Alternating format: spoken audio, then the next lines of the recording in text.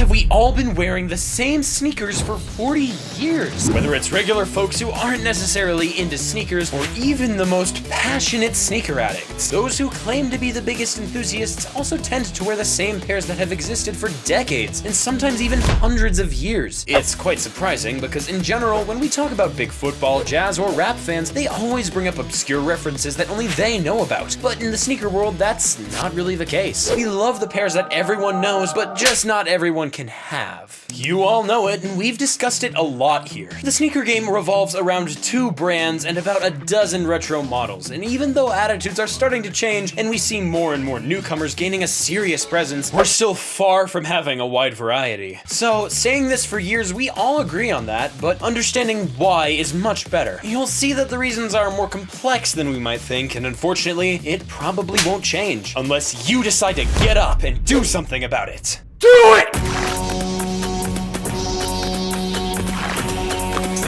Hey guys, it's your boy Kinsala GWT. In this new video, we absolutely need to talk about the brainwashing of sneakerheads. And we're going to discuss it thoroughly because, as you know, we have a lot of data. We conducted surveys on Instagram, and as they say, men lie. Numbers don't. Okay, throw me some numbers. Also, just a side note for the ones who don't know, before making this English channel, we've been in the French sneakers game for over 3 years, and apparently we're the most viewed French sneakers channel on YouTube, so we've got quite a bit of data. For the past 3 years, the stats in our cop or drop polls on Instagram have been quite a wake-up call, and there's a clear observation that can be made quite quickly. You tend to prefer Nike pairs a lot. That's not going to shock anyone. Put a swoosh on any unlikely shoe, and it will automatically become more popular. This is even more true when it comes to Nike pairs of the 80s or 90s. When we see this, several questions arise. Is it that brands are no longer capable of innovating in the last 30 years? Or is it just that sneakerheads are completely stuck in their ways? Well, let me reassure you, or maybe not, it's neither one or the other, and it's even more complex. This video isn't gonna be a history lesson about sneakers, don't worry, but the next one might be. So leave us a sub and you'll be a damn expert before you know it. And here's just a tad bit of history. Sneakers more or less started with vulcanization and rubber soles, so it dates back a long time. And you've probably noticed, the idea hasn't changed much today. Our shoes have evolved a lot, but gradually, with what we call incremental revolution. Small improvements that we immediately feel but are never really incredible revolutions, even if the brands want you to believe otherwise. Of course, we can think of the Air Max 1 and its visible air bubble, which was presented to the public as a huge revolution, but internally it was quite the opposite. Nike outright rejected Tinker Hatfield's initial design, explaining politely that integrating an air bubble was risky enough, so it was better to stick with a silhouette that customers were already familiar with from other running shoe brands. With this little anecdote, we realized that even before the hypebeast era, shoe buyers were already very conservative, and this is the case in all fields. That's why we saw the emergence of a theory called the Lindy effect, which essentially explains that something that has already existed for a very long time will have a higher chance of surviving even longer. So based on this theory, if Nike managed to sell Jordan 1s for over 40 years, there's a very good chance that your kids will also be wearing Jordan 1s in 40 years. On the other hand, for the Salomon XT6 that just popped up a few years ago, well, we don't really have that certainty. And honestly, if you had to choose and bet $1 million on Jordan 1s or the XT6, there's little chance you'd put your money on the XT6. So we can't blame the brands for wanting to amplify this Lindy effect and keep retro models alive as long as possible, to cash in for as long as possible.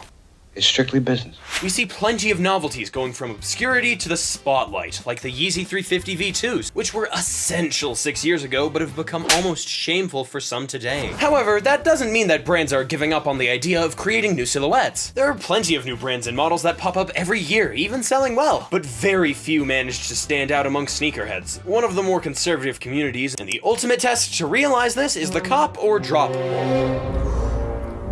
We do not speak his name.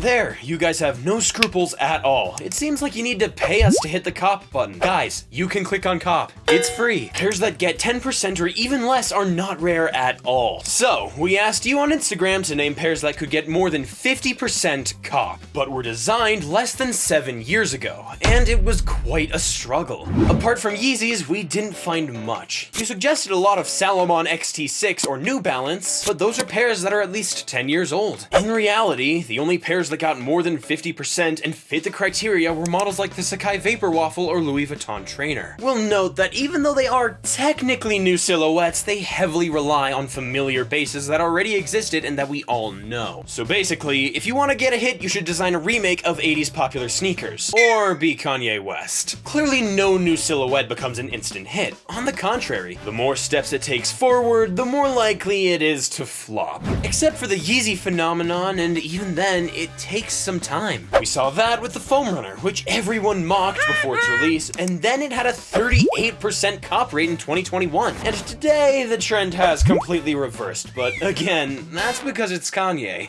Other designs, as we've seen with the XT6 or the 2002R, usually take about 10 years, and they require a lot of marketing impact.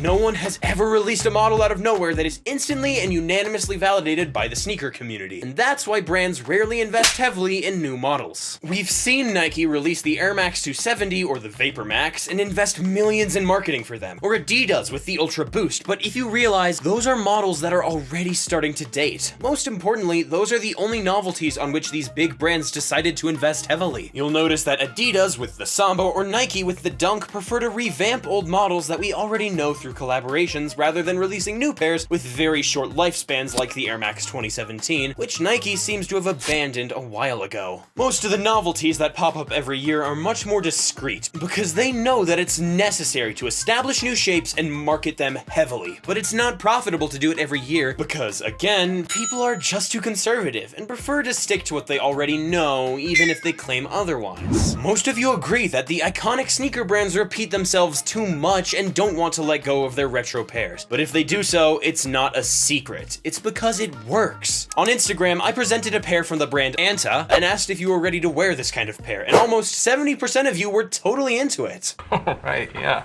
Course. The problem is that in the Cop or Drop poll just a week before, it literally got the opposite result. And when I asked why, you simply admitted that you would wear it, but you wouldn't buy it. That's not surprising, is it? It's not surprising at all. You can imagine that brands have fully understood the influence certain models have on you. You don't have an unlimited budget and have to make choices. The Anta is much more detailed and packed with features than a Dunk at the same price. It's even a bit cheaper in reality, but it will never have the same impact as your familiar Dunk that everyone knows. So you probably won't buy the Anta. Creating a new pair means investing a lot of money in a product that, in 90% of cases, will never compete with the iconic pair from the 80s that everyone knows and is used to buying. And this holds true no matter what people say. That's why most smaller creators tend to go into making bootlegs before creating their own silhouettes, and they're totally in the right doing so. But that's something we'll talk about in a future video, and we're probably gonna make you change your mind about bootlegs.